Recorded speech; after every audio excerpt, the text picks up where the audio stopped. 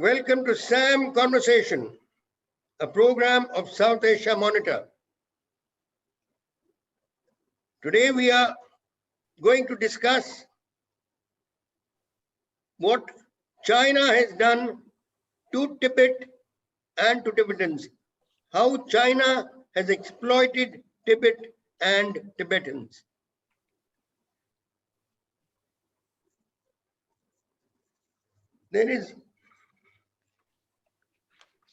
It's the highest region on earth which China forcefully occupied and annexed in 1950. The Indus and Brahmaputra rivers originate from near Lake Mapam Yumko in western Tibet and Mount Kailash, the abode of Lord Shiva, most holy for Hindus and Tibetans.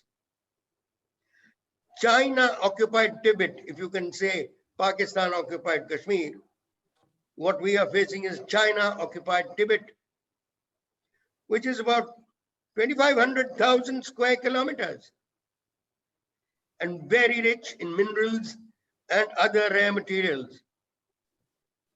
Chinese authorities, the Chinese Communist Party and the People's Liberation Army maintain a tight grip on the region, restricting the Tibetans' political and peaceful expression of cultural and religious identity and subjecting the Tibetans to persecution, torture,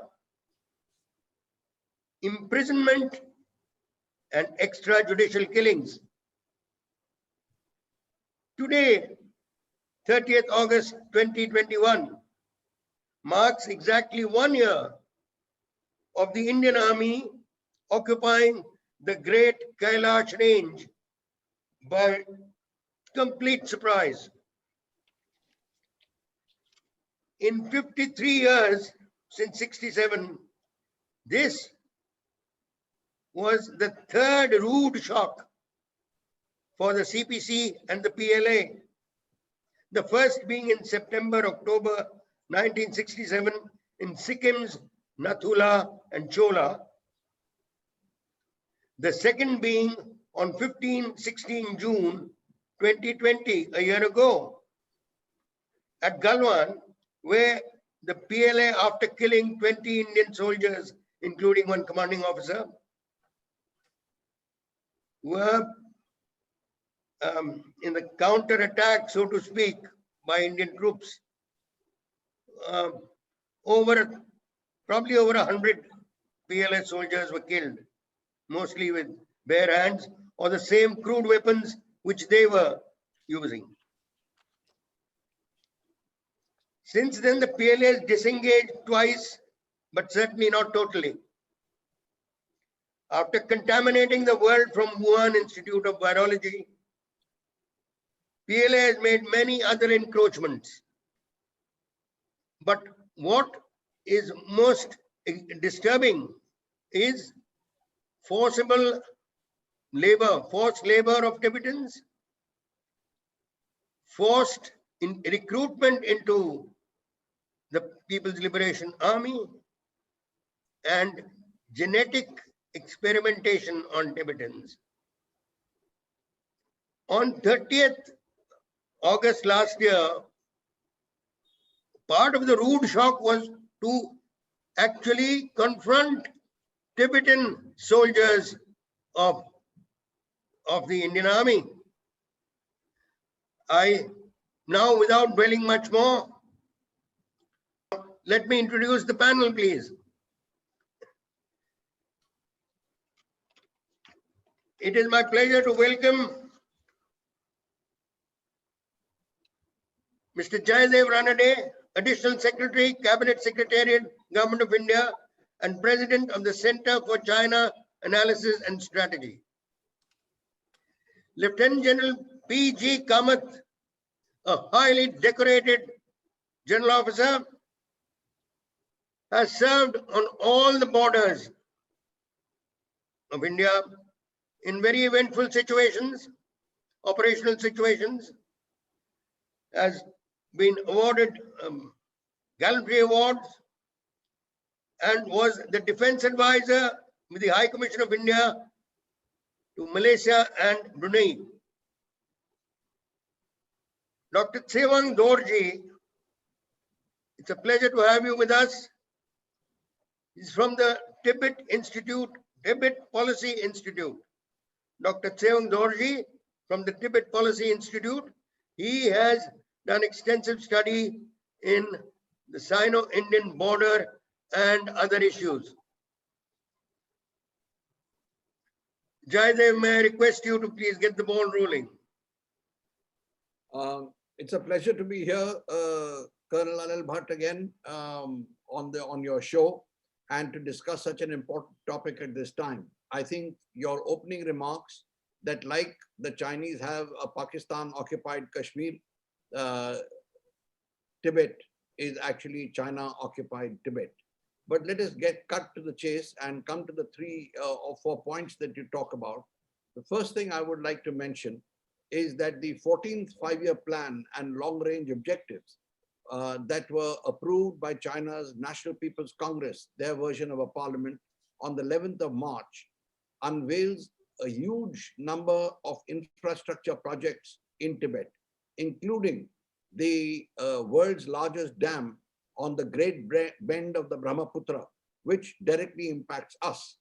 But the point I'm making is that for the construction and upgrading of highways, which are going to run along our border from Xinjiang, all along our border, for the construction of railways, which are going to link Tibet with other provinces on the mainland, for the construction of this dam, the Chinese are going to need a lot of labor.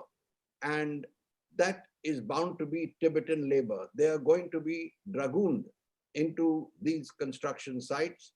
In fact, the chairman of the People's Government of Tibet has already made a remark, which depends on how charitably one wants to view it.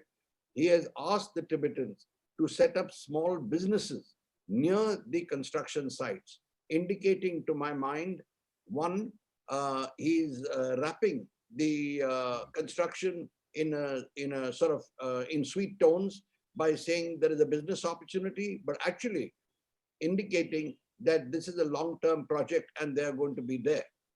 That is one. The second is the recruitment of Tibetans into the People's Liberation Army. Of course, the Tibetans have been recruited into the PLA since the time that the 18th Army marched into Chamdo in 1950. But they have, by and large, been confined to either logistics, support work, or to stretcher bearer carriers, etc. But now there seems to be a fresh thrust over the last few years, and there are a couple of senior Tibetan officers now in the rank of Major General, and Thupten Thinley is one such Major General who's in charge of recruitment of Tibetans into the PLA. That's a fairly new appointment. And the Chief of Staff of the Tibet Military Region is Major General Nawang. So they have reached these positions, but by and large, they have not been given operational roles, but we might see that happening now. But before I conclude that bit, let me just mention to highlight the thrust that Lieutenant General Wang Hai-Chiang, who is the new Xinjiang Military Region Commander, also went to Nari, which is popularly called Ali military sub-district that borders Ladakh, along with the chairman of the Tibet People's Government, Cherdalha, for an inspection and probably for recruitment work, because they spoke about the loyalty of the people, etc., and border defense. So I think these are factors that we do need to keep in mind. I will not go into in detail, but we all know how the Chinese have already brought about technology for doing facial recognition, etc., of the ethnic minorities in China, which includes Uyghurs and Tibetans. I'll stop there, Anil, and then we can take it further later. Thank you very much, Jayadev. Very good, beginning you've given us. General Kamath. Yeah. Thank you, Colonel Anil Bhat, for calling me out here. First of all, I want to see the entire what you call situation which you have told in the two recent developments which have taken place recently. One is the 70th anniversary of the 17-point agreement, which was signed in 23rd May 1951. It was well celebrated. The reason we have to see, and also a white paper was issued. If you go through the white paper, it is so interesting. It tells you what happened. Firstly, it tells you about the first phase is the legitimacy of their annexation. It is trying to prove this annexation was legitimate. Second is most important, what is happening now is the assimilation through exploitation. They have exploited the minerals, the terrain, the people, everything so much. The assimilation has already taken place by so much of exploitation over the entire Tibetan plateau. Third, what is in future? That's more interesting. What they are trying to do, mark my words, another 50 years later, they will subsume the entire Tibetan civilization into Han communism. These three things, if you see in between, are coming out of that white paper. This is going to happen to Tibet. The second development which took place was Xi Jinping's visit in July this year itself to Lindsay. Then he traveled by train to Lhasa. And what are the things? What is his main aim? First is His Holiness has already become an octogenarian. So he wants to legitimize the reincarnation. How ludicrous it is that godless communication want to impose a living God on the Tibetan Buddhism. And that is what is it. It is there in one of his what you call statements when he came there. Then second is the Tibetan recruitment into the PLA as a reciprocal to give a counter narrative to the Special Frontier Force which you have told, where Major Nima Tenzin lost his life and he became a hero.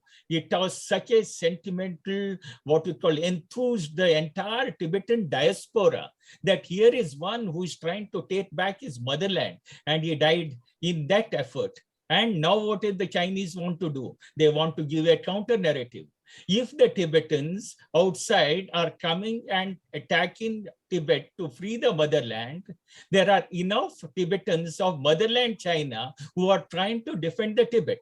And hence, for this counter narrative, they have to force a number of Tibetans into the PLA. And joining the PLA by the Tibetans will also give, means there will be greater acceptability to the Tibetan people that their own Tibetans are coming. Earlier, the Hans used to come and oppress them. Now it is the Tibetan, and hence there will be a greater acceptability of the Tibetans joining the PLA. Then third and most important is when the annexation took place, 40,000 Tibetans came, or Chinese came, as Jayadeva had mentioned about the Battle of Chamdo, and then they came. Now, what happened to these? Who gave them logistic support? Initially, to be sad to say, it is the rice which came from China to Calcutta port were transported via Nathula, from Gantok to Nathula by the mule trains, and we sustained the forces. Thereafter, the Chinese wanted to make a farm. So they made two huge farms by forcing the entire Tibetans into these farms, Ki-yi and Bei-yi, whatever you want to call them, their pronunciation. Forced Tibetan farms were made in order to grow crops for the PLA. And you know, there is a famous book, Road Ahead by Dava Norbu. What he says is very interesting. They were told, eat less and produce more. They did not want the farmers also to eat less. The farm labor should eat less, but produce more. So it was absolutely a count of what is, I got then the great leap forward, the communes came place, and again the Tibetans were forced labor into it. And recently about the national recruitment policy and the recruitment, I'll tell you in the next session. Thank you, Jan Kamath. Dr. Dorji, we look forward to what all you have.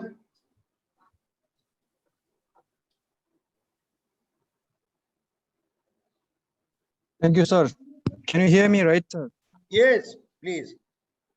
Okay, sir. Thank you. Thank you very much, Colonel Anil Bhat ji and South Asia Monitor for inviting me the panel. I'm glad to share the panel with such a decorated Indian officers. And most of my findings are thoroughly researched by the Tibetan scholars who lived and educated under the Chinese Communist Party in Tibet and China. So I have prepared few bunches of pages, but as per the rule of the panel, so I can go for the first point that the labor came in Tibet. So in terms of the forceful labor came in Tibet. So after Cultural Revolution in Tibet, the Chinese concentration came and forced labor came a bit, little bit relaxed and reduced. But since last 2 decades, Chinese authority has reinstalled the old system, that is Tibetans are forced to send into the labor camp for further incorporating into China's economic and social system, so which is systematically monitoring by the Chinese government. Especially the Tibetan farmers and nomads are targeted. In fact, after Cultural Revolution, these Tibetan farmers and nomads are not directly comes under Chinese Communist Party's monitoring system. So the farmers are farming in village. The nomads are grazing their animals on the vast Tibetan pasture. Therefore, it's very difficult for Chinese authority to control their daily life and movement. Tibetan farmers and nomads are backbone of preserving Tibetan culture and identity, which China hardly sanitized them. To destroy the traditional Tibetan livelihood system, China introduced many vocational training scheme to bring young Tibetan nomads and farmers to urban life. It seems that nothing wrong with China's program to bringing Tibetan youth into urban life, either in Tibet or in mainland China. If we deeply analyze this initiative, it has two main hidden agenda to completely destroy Tibetan traditional way of life. First, Chinese hidden agenda is to destroy the Tibetan way of life, that is the Tibetan identity and culture. To achieve this agenda, China makes Tibetan youth to keep distance with their traditional way of life. Tibetan identity and culture are inseparable from the Tibetan Buddhism and its culture. For that, the Tibetan monasteries are center for reviving and preservation of Tibetan culture and identity.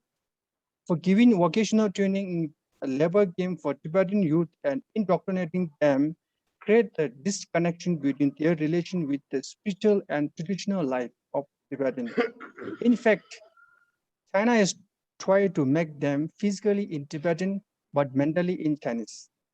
So in order to achieve first hidden agenda, China strategized second plan, that is to send Tibetan youth to mainland Chinese city. This strategy has long-term impact on Tibetans for their way of thinking.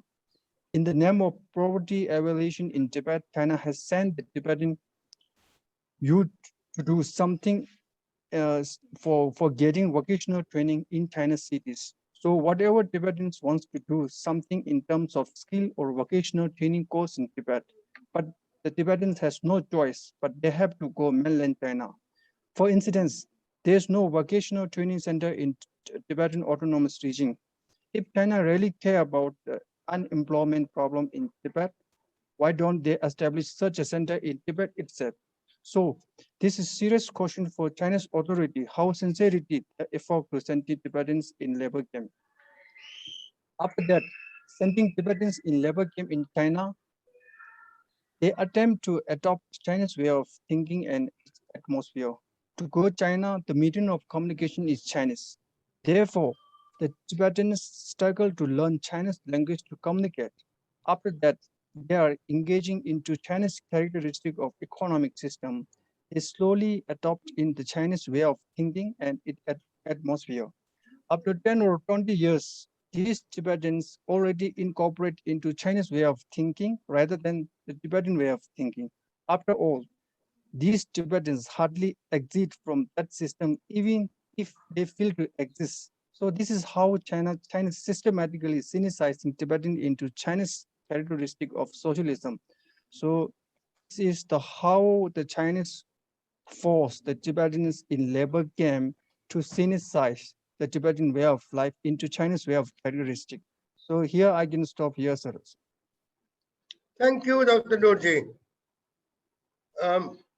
Can you just clarify, a little more on how you do it in your next, the Tibetan way of life? This I can do in next round, in sir. your yes, please. Yes. Jayadeva.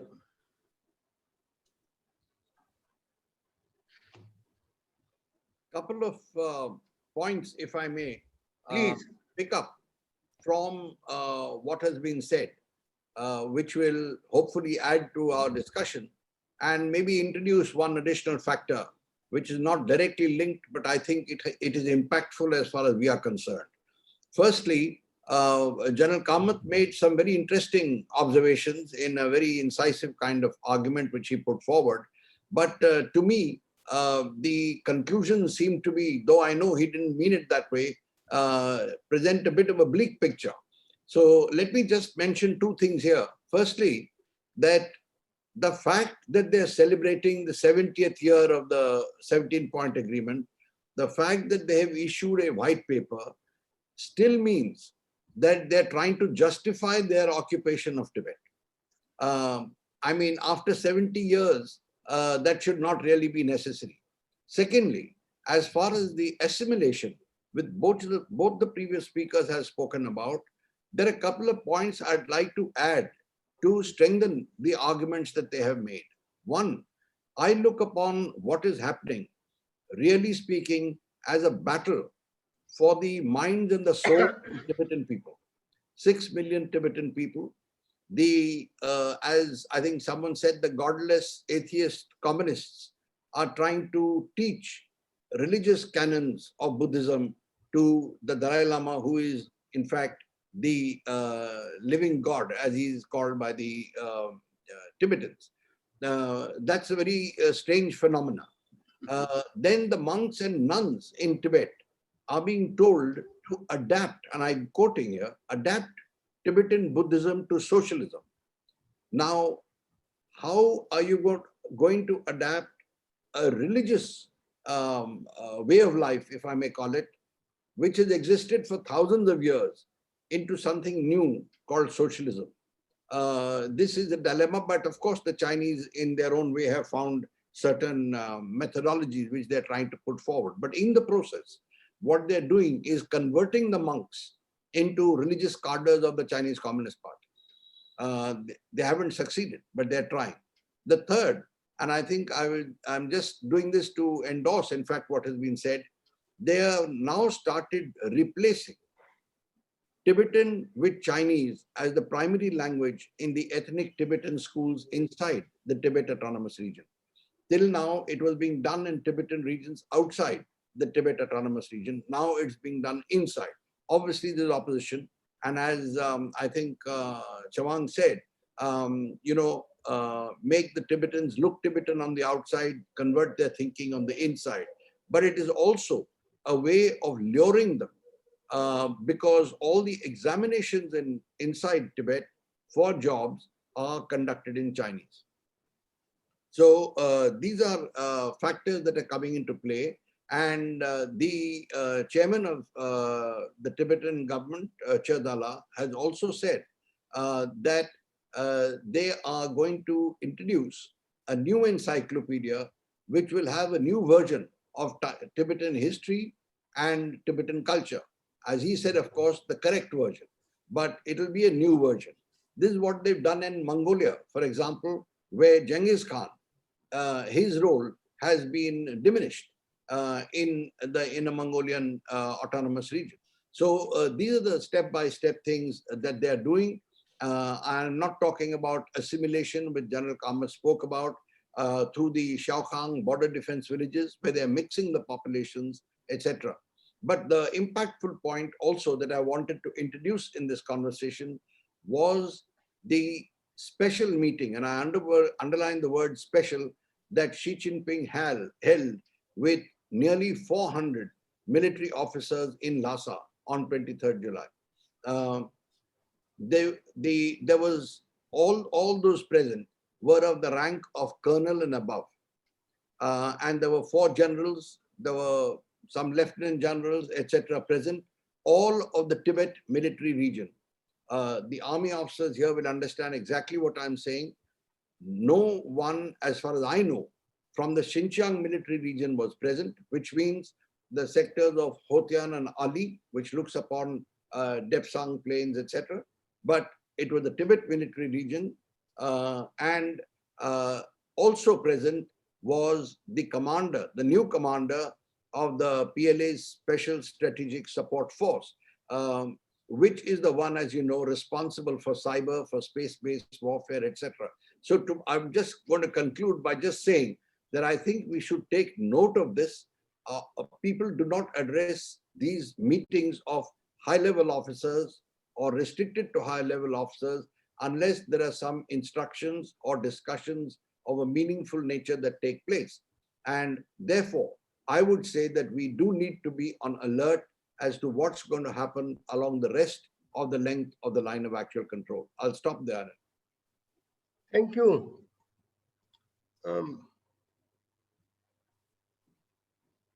General Kamath, Yes. I think in the past you have you raised some issues about the exploitation of the resources. Yeah. Anything more on that? Yes, sir. I will deal with 1 or 2 points which have been told, and then tell Colonel Anil Bhat what you have told. Firstly, the way of life, as Dr. Tsewang had mentioned. Now you see the entire Tibetans had the nomads. Not all were nomads, some were agriculturalists, some were nomads.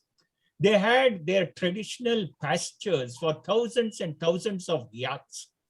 Now this entire pastures, China had as a wonderful way and mark it as a reserve forest and take them out and send the yaks for selling for meat purposes and put them in the communist cubicles in the township. This is your house. They have lost prairies after prairies. After 2 or 3 years, after this becomes a reserve forest, then the exploitation of natural resources do start. So that is one of the ways by which they came, what I have to say. Now coming to the question which you asked me, Colonel Anil Bhat, is in 1951, see in the white paper they have given nicely, the GDP was RMB, Renminbi 129 million, but in 2020, it has become 190 billion. What are the 2 agents which are driving this? Only 2 things. One is tourism and one is mine exploitation. Nothing else is being produced other than the exploitation and tourism.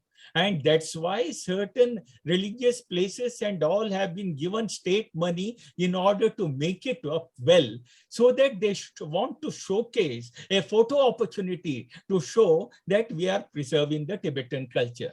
And poor Tibetans were told, you dance now, show how the Han Chinese, how these poor Tibetans have been lifted from their serfdom, and now how they are happy under the communist China, they are dancing. And to make that particular narrative, this particular entire exercise is taking place.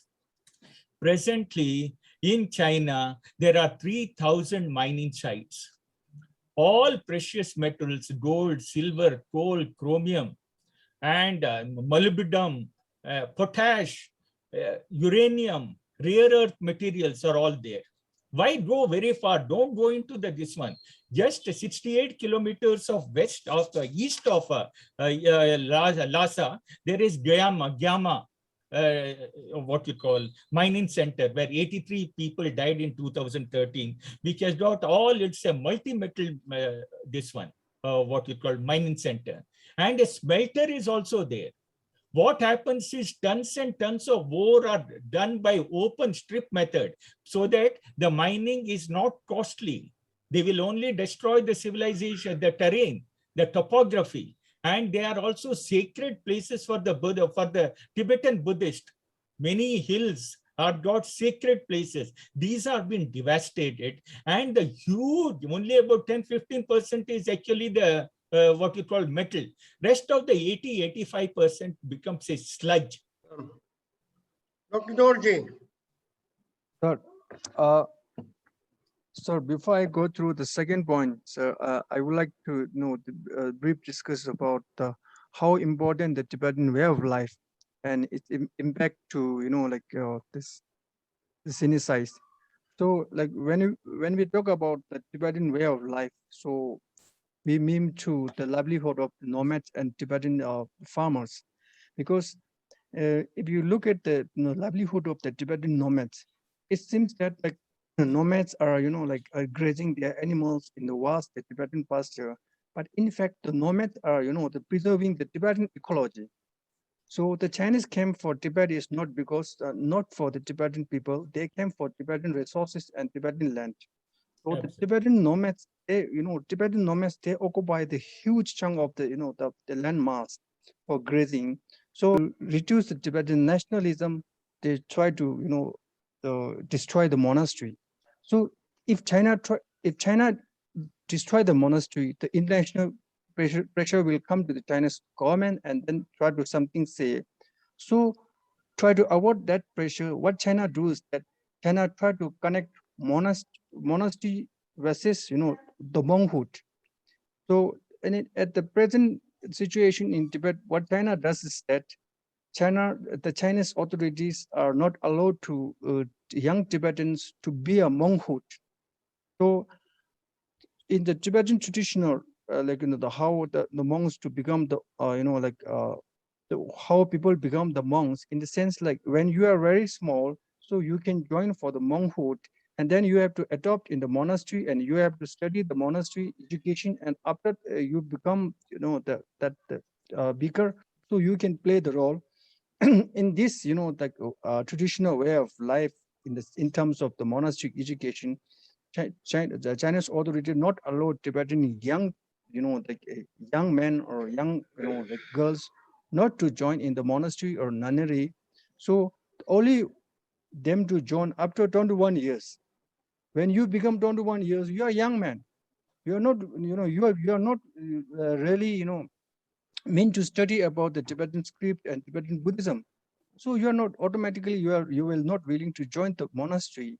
So this kind of the policy is imposed to destroy the monastery. If China could destroy the monastery or monastic education, so automatically they could destroy the Tibetan identity. If they destroy the Tibetan identity, they can destroy the Tibetan nationalism, and they control the Tibetan the people and what China strategized. So the second point that I would like to highlight is that forcefully recruiting the Tibetan youth in PLA.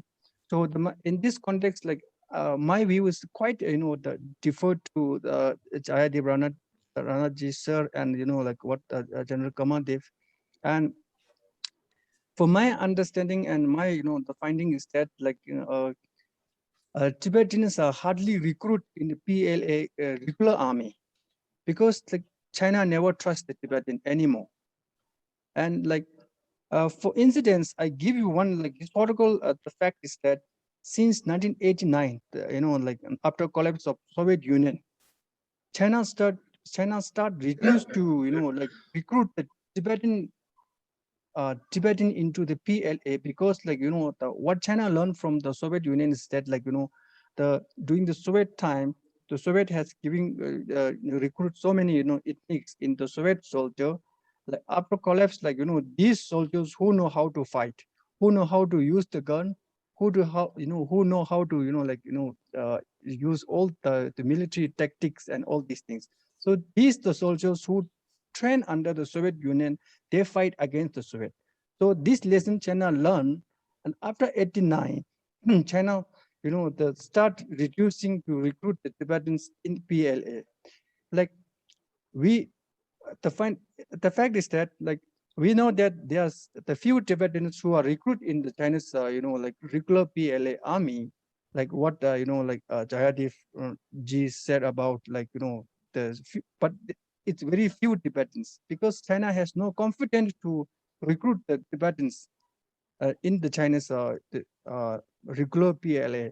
because like recent news from Tibet, what we know is that like China started recruiting the young Tibetan graduate students into the PLA, and also like China is giving, military style, education to the Tibetan primary kids in Yingdi. So these are like, for my understanding, these are just propaganda to show that what they are doing. But in fact, it is not. Because like why they are doing is this kind of propaganda is that because like 2020, the contribution of the Special Frontier Force into Tibet border in Ladakh. So like China understood that. So to this, like, kind of things, China tried to challenge this kind of the notion how the Tibetan, our Special Frontier Force contribute in the Sino-Indian, the military standoff at time.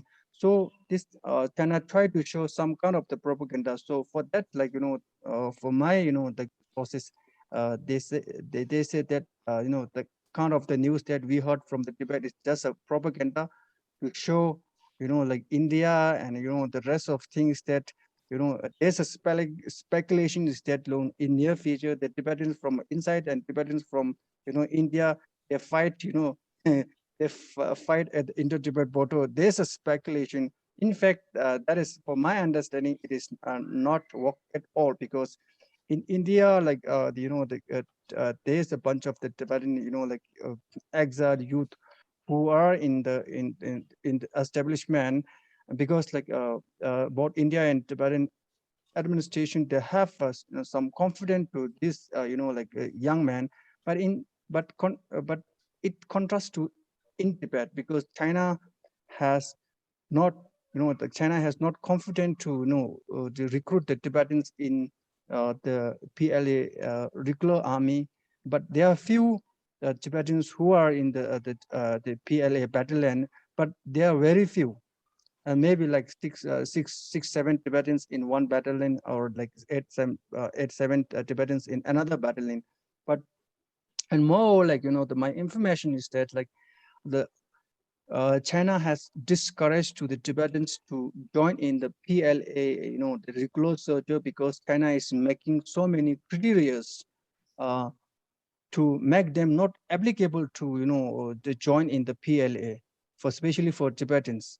So this is what I know, like my understanding, or like, the finding that the many of the Indian media, like they say about like the recruiting Tibetans in PLA, regular army, which has implication to India in near future, especially for the Tibetan boys from Indian side. So that's all, sir. No, are you trying to say that the reports about forced recruitment of Tibetans in the PLA are exaggerated, or It's not so I forgot to mention the last point, sir. It's not exaggerated. It's that they are forced to recruit not for the real military training, sir. uh-huh. Yeah, they are forced to recruit in the military to make them disciplined, Uh-huh. and then for making them disciplined, the Chinese thought that these Tibetans will show some loyalty to the Communist Party of China, and for maintaining law and order, because the Chinese are, as I mentioned, that after the collapse, after the Soviet Union collapsed in Mm. 1989, like, so they learned from the Soviet, and then they reduced to recruit the Tibetans in the the regular army, because now China afraid to give the real, the military combat, the kind of exercise to the Tibetans, because they're afraid that they may retaliate in one day to the Chinese regime. Therefore, therefore, China forcefully recruit the Tibetan youth, especially Tibetan youth, and especially in this year, the Tibetan primary kids, actually 6, 7 years old, because they like, for us, we got the report is that like, for them only to teach the military kind of the discipline, how to walk, how to, this kind of things. Yeah. So this is the why what China does like this kind of things. So I think I hope like you got what I'm saying, sir. You know, in when the Indian Army occupied Kailash Range last year, what emerged was that the Indian Armed Forces personnel, Indian Army personnel there, that is not only the of all Indian soldiers as well as the Tibetan soldiers in any case are very well, attuned to, they're very well accustomed to extreme cold climates, and they bear out very well. And so have the Indian soldiers. In fact, it was the Chinese soldiers who were seemed to be feeling very uncomfortable at those heights. PLA had to do a lot of importing of a lot of clothing and other material for creating living structures there to combat the cold. Now, there appears to be an argument that maybe if they have more Tibetans, of course, they were very smart. The PLA was very smart. The Communist Party has been very smart in that they have made us, leave the Kailash range. In the first phase of disengagement, it is this, and this is one which analysts said that we should never have, left. We should never have left this because the kind of advantage, tactical and, strategic advantage that Kailash range provides us is something which makes the PLA very, very uncomfortable, very insecure.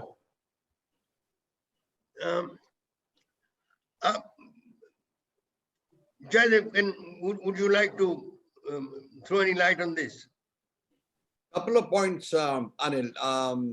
I mean, I would expect that Mr. Tsewang Dorji has granular level information, but from what I have and what I can share, let me just say that, as I mentioned earlier, Tibetans are being recruited into the PLA. There has been an effort. There was a period when they were not, but they have been brought in now. But they were given jobs which were like, as I said, support jobs rather than anything else. That is the first. Second, I did mention that some of them have risen up to the higher levels. To the rank of, you mentioned Major General. There are two names that I mentioned to you. One is the Chief of Staff of the Tibet Military Region. The other is in charge of recruitment of Tibetans into the PLA. So that's a wider remit. And also a Major General. Whether they were born and brought up inside the Tibet Autonomous Region, or whether they were born in Tibetan areas in Qinghai, Sichuan, I am not sure. I have not been able to check that out, but they're there. The third point I'd like to mention is that when I was studying the Tibetan in the PLA, I've incidentally studied the Western Theatre Command of the PLA, and in that we found references to Tibetan battalions. Whether that means battalions only deployed in Tibet, or whether it includes Tibetans, we are not clear, but they receive a higher salary. The fourth point is that if you look at the National People's Congress sessions, which are held every 5 years or every year, otherwise, but every 5 years, or the People's Congress, the People's Liberation Army has representation there, about 200 and odd representatives of the PLA as delegates.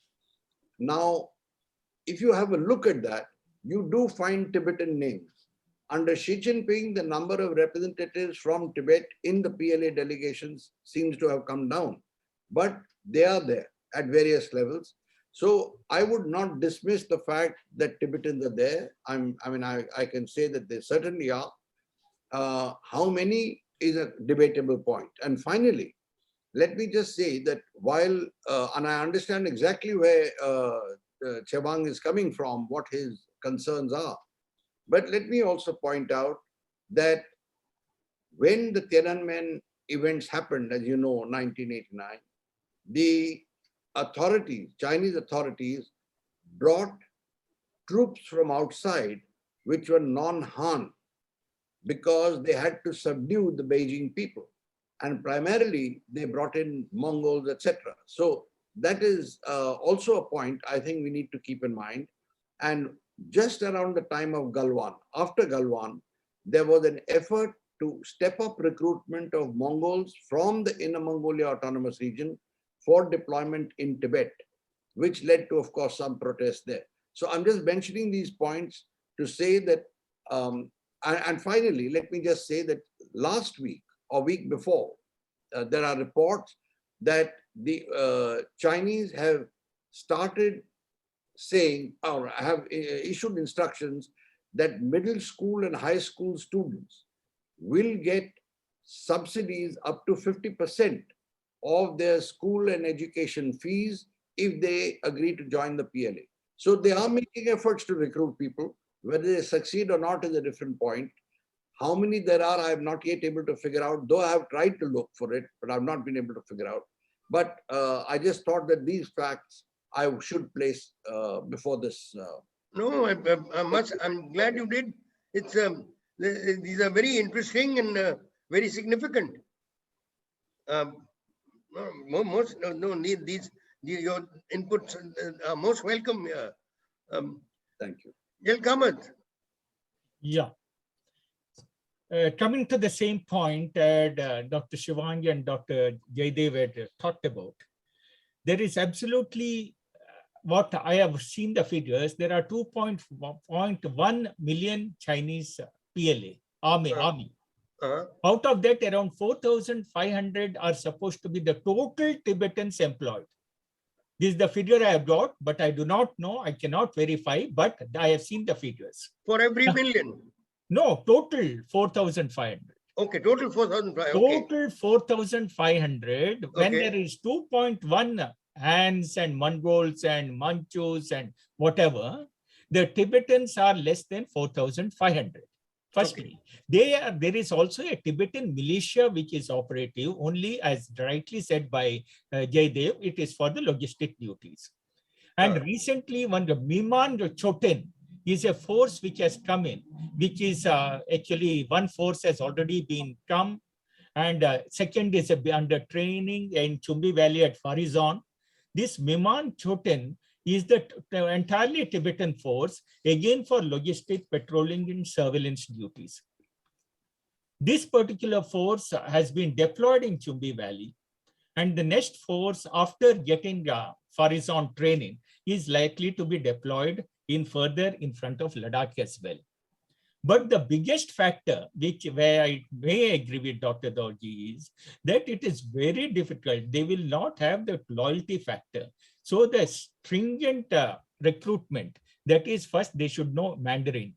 Then their loyalty test is there, where they have to confirm that communist ideology will overwhelm any religious beliefs and all. That is one. After doing this several screening, then he is likely to be employed in PLA. The point which I want to reiterate is, just imagine if to control PLA, instead of the Han, if the PLA of Tibetan PLA is there, it will be much more effective and conducive, and they won't come under fire as it has happened in Xinjiang, where more than 1 million have been incarcerated. So here there would be a friendly, they are quite for the international show window and for these photo opportunities and to project that China is a benign power over the Tibetan people. They would like to do it, but I do agree with the Jaydev that the number of people would be very, very less, and it will be coming to. Another thing which I want to tell, there is just last week, our instruction has come to Tibetans. Even the preschoolers will have to study Mandarin. Earlier, it was preschooling and all can be done in Tibetan language. But they say a child learns the fastest when it is growing up and is about to learn. And that is the time, if it is given Mandarin, then forget Ah. about the Tibetans and he'll be a proper Chinese himself. So this is one thought process. We are not thought, this order has further been given. And recently in where Sichuan province, 59 Tibetans were arrested, even now, for just having His Holiness Dalai Lama's photo in their pockets. Yes, yes, yes. There's a This- very recent report. Very yeah, recent report. look at that. How small, how a Ah. nation which is supposed to be a Yes, superpower yes. can go into I think the a total mind, of into a the total of about 100. A total of about 100 yeah. arrests were made only for this reason of having the Dalai Lama's photograph. Yeah, look at the intolerance. Look at the intolerance in this entire this one. And I stand by. I really want the Tibetan identity not to be erased. Now, next, whenever you start the topic, we will talk about that genetic bank, and I would like to present my views. Yes, yes, yes. In fact, Dr. Dorji, I would like to Sir. straight away try to get something on your comments on this genetic engineering aspect, because this is indeed most disturbing. Yes, sir. I mean, on the one hand, you have a country or a government which believes in practicing experimenting biological warfare to the extent of contaminating the whole world. Yeah. This is yet another alarming. What do you have to say about this? Sir, in this context, sir, I prepared the 3 points, sir. So like without like these things, I can come to the state, sir. So the first point is that, like, because what China is doing in terms of the genetic engineering and collecting the Tibetan genetic for the testing in purpose of the military or whatever may be in biological warfare. So there are very serious implications for this what China is doing now. The first implication is that China tried to prove that Tibetan people belongs to Han Chinese race. Huh. For this hypothesis, they want to prove it through DNA sample tests. If this becomes success, China could destroy the origination of Tibetan civilization in the world history. So this is very serious implication that China tried to eradicate the Tibetan identity through the genetic test. So this is the first implication. Second implication is that China gathered Tibetan DNA and tried to destroy the Tibetan people by using virus disease. Like what you said is that biological warfare. Huh. Because to genocide the Tibetan race through the biological warfare, it is not surprise to destroy what China is doing, because if you history tell us, if you look at the Chinese history, there are so many the cases that the Chinese government has destroyed the entire race at the same time. So like to collecting the Tibetan DNA sample and and then they study about this DNA and then they try to create appropriate such kind of the whereas what China has created the such kind of the coronavirus, something like that. Mm-hmm. That is, if in case China wish to destroy the Tibetan race, so they can wage for the biological warfare to eradicate the Tibetan race from the history of the world. So this is the serious implication. And third thing is deals with the Chinese version of stability of Tibet, sir. Because the Tibet is high and very cold, its climate is very harsh. So it very hardly survived no Tibetan race in the Tibetan plateau for a long time, especially in Indo-Tibet borderland in Himalaya regions. So by testing and researching on Tibetan genetic, and it could apply to mainland Chinese soldier or people to adopt or stay long time in the high altitude areas such as Indo-Tibet border. So it has the implication for China's expansionist policy either in Himalaya or in South Asia.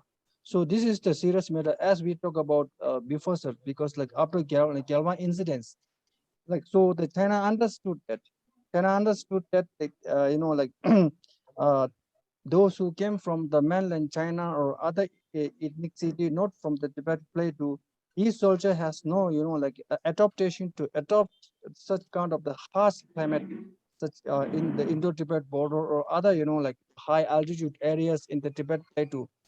So therefore, right now, the Chinese researcher has collecting millions of Tibetan DNA sample, and they study about these DNA, like samples, and then they try to, adopt what kind of things they need to, survive and adopt in the high altitude.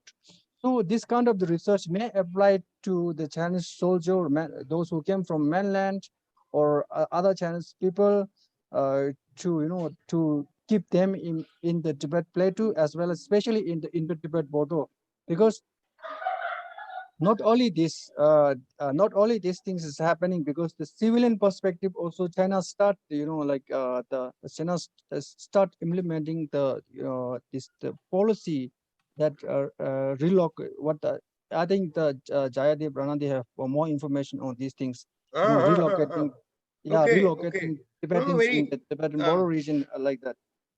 So um, thank you. I think you've really woken us up to, I hope more research is being done by all, both Tibetan as well as Indian scholars on this, and scholars and scientists both. Jayadeva. I think Tsewang has made some very good points on what the Chinese are doing. But if I can just add a little bit, they Please. are collecting, of course, DNA samples of everyone in China, all residents, and they'll probably be examining them. They're also collecting data on every resident. And the idea is to apply artificial intelligence to that so that they can also predict the behavior of various people by race and by class. So that is what the Chinese are trying to do. As far as the DNA and genetics are concerned, let me just refer you to 2-3 documents that have surfaced. Firstly, of course, I do know that all armies throughout the world have what are called CBW, or at least they used to be called CBWs, units, chemical and biological warfare units. That presupposes that there is research being done on biological warfare. Nuclear, biological, chemical, these Yes. three at least. And it was being done from, the First World War onwards, as you know. Yes, yes. But as far as the Chinese are concerned, they've taken it to a different level. They've pumped in a lot of money into that. And let me just point to 3 things here. One is a professor called Kuo Chi-wei. He has authored a book called War for Biological Dominance. The title itself, I think, is revealing. He is the dean of this such work in the 3rd Military Medical University of the Chinese, PLA. Second is a book which was published in 2017 by General Chang Shipo. It's called New Highland of War, and it discusses biological warfare. The third, and I think this is significant, that for the first time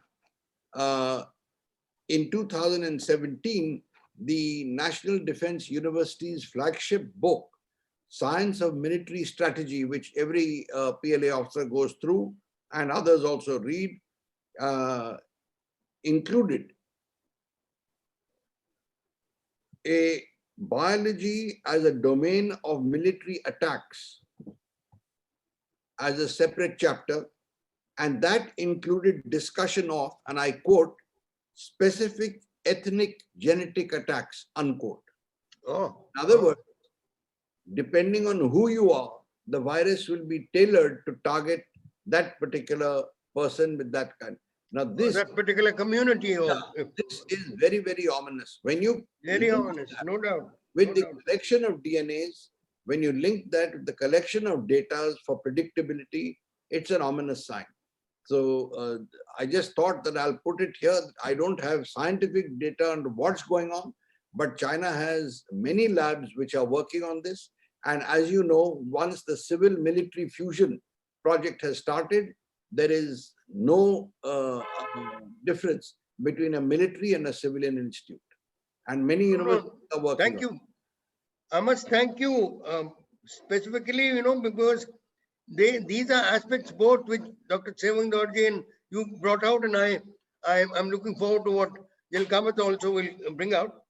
There needs to be a consciousness created amongst our both the scholar and the scientific community.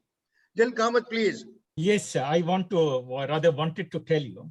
Already in the white paper, what Shivan Dorji has said has already been mentioned. Just read it out to you. Abundant archaeological and administrative academic research has proved that the genetic makeup from time antiquity of the Hans and Tibetan is same.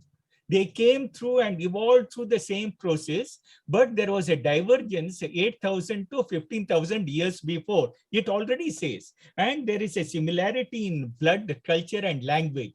They have already pronounced it in the white paper. That's what I'm trying to say. They are looking at the future. They have told you in the white paper, genetically we are same. We only diverged a couple of 1,000 years before. Otherwise, we are all same. Now coming to 100,000 samples which they are collected and 20,000 samples collected by the army hospital at Siddharthe. The 953 army hospital at Siddharthe. 1,20,000 blood samples have been collected. This is basically for research of, as apparently for the plateau diseases and for high altitude diseases. Now you see what is interesting.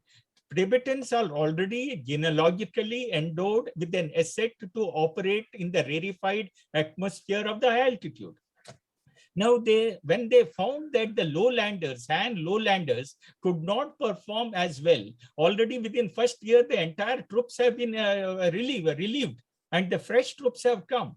So this cannot go on a 4,000 kilometer border with India if there is a hostility. They have to bring in certain genetic engineering in order to either by medication to ensure that the Han lowlanders can perform as better or if not partially as good as the Tibetan highlanders. That was the aim of first medication. My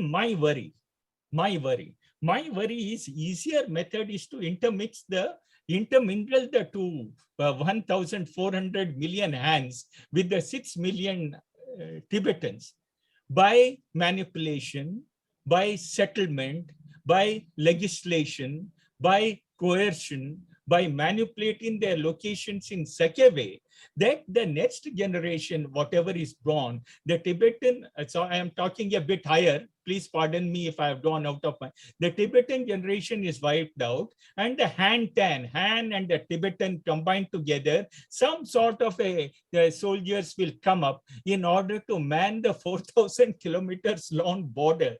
So the entire, when I said a new hand race might be formed, you have to be careful. Does it make us feel proud that they need to do all this to deal with the Indian army? So a country which has killed 4.5 million with the Wuhan virus, a country which is hobnobbing with the Taliban, a country which is hobnobbing with the military regime in Myanmar, annexation of South China Sea, not adhering to that code, South China Sea code for the last 30 years, and the proposed dam on the river bend, that means it is absolutely unethical in its manifestation, in its behavior, in its action. So what I have said is not out of the way. It could be one of the methods. Thank you. Thank you. Dr. Dorji, is there anything else that you would like to bring out? Although we are, I thought we covered a very fair amount of ground. Is there anything else that you'd like to bring out related to these three aspects? Yeah, sure, sir. So I would like to add one point on these things. The Major General Kamath, he talked about intermarriage. No, the intermarriage is not right Major now. General, could you just give his name again? BG Kamath, sir. Oh, you. General He's Kamath. talking about me. I am Oh, Lieutenant, Lieutenant yeah. PG General Kamath. PG. Lieutenant General. Sorry, Lieutenant General, sir. I Lieutenant can't General see. PG Kamath. Okay, Yes, okay. sir. No, doesn't matter. No, no, I'm yeah, Kamath, So yeah. like not Kamnath. yeah, in the he talk about intermarriage Intermarriage. in Tibet. Yeah, intermarriage. So like as far as like the border is concerned, so like yes, absolutely the right, the intermarriage is taking place in Tibet to the further sanitize in a way, and also Chinese of the state has sponsored and also like give some incentives. Those Incentive, who yes, yes, yeah, okay, okay. incentives. Because Those who certainly that's one yeah, effective way of integrating, so to speak. integrating the Han versus the Tibetan. Ah, So that policy is right now implementing in the border areas. Like for like what Xi Jinping is all about, like the doing the the Tibet Work Forum is that like he talk about stability of Tibet. In order to stability of Tibet, like he has yeah. start to go in the well border, secure the border. So in order to secure the border, especially into Tibet border, what China's the state government is doing is that they give incentive also, and then they encourage the marriage between the border guide versus the local like the women's. It happened in in Nyingdi, the area in Kongbo region also, which which shares border with Arunachal. So like and that is like it's also like publicized in the Tibet, says that like if someone who wish to marry with someone in the sense is referred to the Bodo guide, the PLA soldier, they wish to marry with the local the member girls or Sherpa girls. So the state has give the subsidies or incentives to make them better life. So that means like, if somebody who married with the local, like the women's or local, the guys, so the purpose for them is that there's someone who can stay long in that particular areas, that could they protect, kind of the territory or the place. So this is what China is implementing. It's already implementing in Tibet. Right now it's implementing in the border region. Thank you, Dr. Dorji. In fact, gentlemen, I think it's been a very very interesting and a very revealing session that we've had. I only hope that it's because looking at the amount of research that China does on India, I don't think we have been able to match that so far, but I think there is a great requirement to do so. God bless his soul, George Fernandez, as a defense minister, he made no bones in stating that let the country be very clear that enemy number one is China. He said it in very plain, simple terms, whether he sounded politically correct or not. And Pakistan is a much lower number two. Anyway, gentlemen, thank you very much. Maybe again we'll try and this is something which we'll need to look at again. Thank you. Thank you. Thank you. Thank you, sir. Thank you.